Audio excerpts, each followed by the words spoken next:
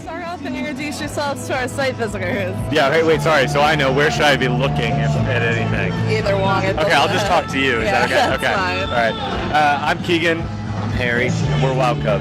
Great. Well, thank you so much for joining me backstage here at Firefly. I know it's still a little bit early, but how are you enjoying the festival? This is great. I mean, this is beautiful. We've been getting ready for tour and driving here.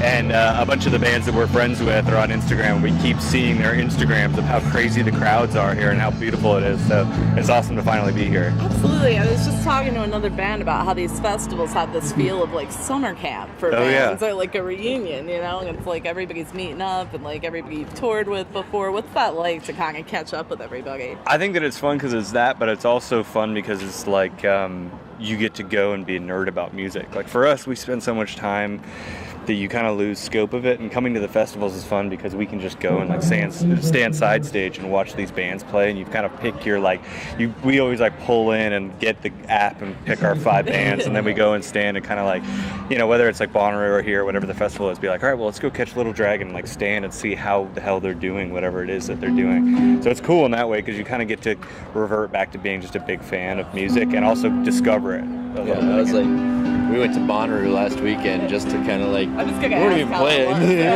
We weren't even playing. We were just going to, you know, scope out the other bands. There was tons of acts that we really wanted to see there. How much influence do you guys ever pull from that, just from kind of seeing things? We're like, maybe we'll try some of that. I think that it's more about getting re-energized about wanting to play live music again. Not that you ever like lose it, but it's just kind of like, you know, traveling is such a slog, and like driving and setting up and all that stuff. And so I always feel like we leave these festivals and you're excited to go back out because you kind of like learn 2 secrets from watching a couple different bands, and then like, I don't know, it's just, it gets you excited again to kind of get out and be excited about music again. Absolutely. So for each one of you personally, do you have that pivotal music moment that happened in your life that made you say, this is what I have to do? I don't know. It's tough. I mean, I feel like I always was drawn to telling stories, or like trying to portray like moments in time and figuring out a way, like the different ways of telling stories, whether it was like poetry or photography or film. And so for me, music just was the most visceral way to do it. And just growing up, it was the one thing that I did organically. It was like keeping a journal. You know, it's like I was always excited about film or excited about whatever else it was, but making music and recording and writing songs was always the thing that I would just do anyways, as a way to kind of process what was happening in my life. I've been drawn to like the live aspect of music for a long time, like just, you know, people going to shows, and I don't know, it's just unlike anything else really. Like as a teenager, you feel like there's a whole different set of rules at shows. I remember when I was like 13, 14, I would go to the local club where I grew up in Portland, Oregon, and it was like to escape too. Absolutely, it's like escape. Well, like you said, like summer camp, it felt like for me like it was like, it was that escape. It was where there was like a whole different thing where people would be like, how was it? And you're like, you just had to be there. I can't tell you. You just had to be there, you know. I feel like now, it's funny you say like you had to be there. I feel like there's so many, now you see all these cell phones out in the crowd. These people are like watching shows through cell phone screens and things. What does it look like from your perspective to see that? I know what my perspective looks like. What? Go ahead. I had a moment actually at Bonnaroo last weekend where I was like, went out to see Frank Ocean. I was really pumped about it. And I get there, and I'm standing behind a few people, and I'm pretty tall, relatively tall, but I could literally not see him performing because there were so many cell phones in front of my face. And from a singing point of view, I feel like we played a show in England a couple weeks ago where the guy was just holding a phone like an inch from my face, essentially, you know. And it was this weird thing where I felt like it was actually disassociative, like it was like them not acknowledging that I'm a human being who's choosing to be there and play music and have an authentic connection with them. Like it felt like this weird sociopathic thing where it's like, I'm not really here, I'm just capturing this for later, and you're not really a person, you're just this thing like a TV channel that I turned on. Right, I'm gonna flip it back later. Yeah, but in some ways, like in an abstract way, I try and appreciate it as, I don't think that this is the case, but I'm trying to be positive and spin it as people think that it's a valuable experience and they want to capture it and be able to like it does keep create it. memories, and I kind of agree. But it does betray the fundamental thing that's so special about live music is that it happens somewhere and it's like a spark in the dark and then it's gone. Absolutely. And that's what's so special about it, you know. And who's really sitting at home watching the stupid, horrible sounding iPhone videos? Nobody. No idea. I hope no one.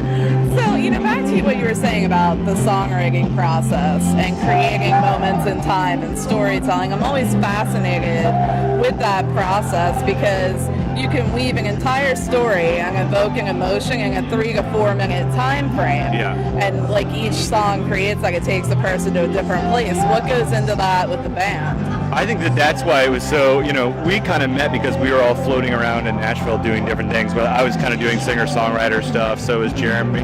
So was Eric and Dabney, and these guys were in different bands. And for me, the thing that made me want to not release a record with my face and my name on the front of it was it's depriving people of being able to really experience the narrative as the primary thing, And so I think by creating Wild Cub, we were trying to do this thing where we're using all these different elements, the length of the song, the drum beat, the repetitive nature of the song, the music video, how fragmentary and, half completed the lyrics are, and how we're trying to create this kind of like thing that people can fully absorb themselves in, And I think that the cool thing that we realize as we travel around is that really our song is only like half of that creation.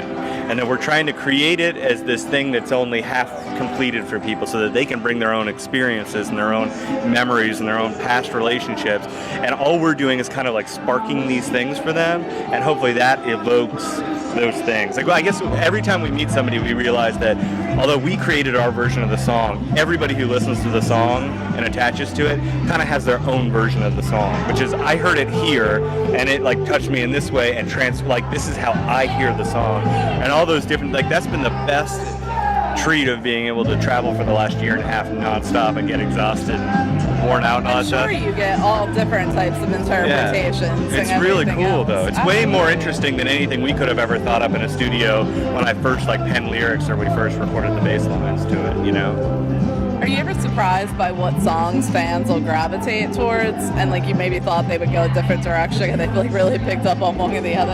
Yeah, maybe. I was going to say it's interesting, some of the, we went to the UK recently and they gravitated to sort of a whole different set of songs than they have here in the States. So I think that's always the case between Europe and the States. Yeah. It's just some of it's a different vibe. I mean, even these festivals have a different vibe over there than they do here. I think that, it's interesting to see what people gravitate towards, and then it's also interesting to see how there's many different levels of people and how they experience music.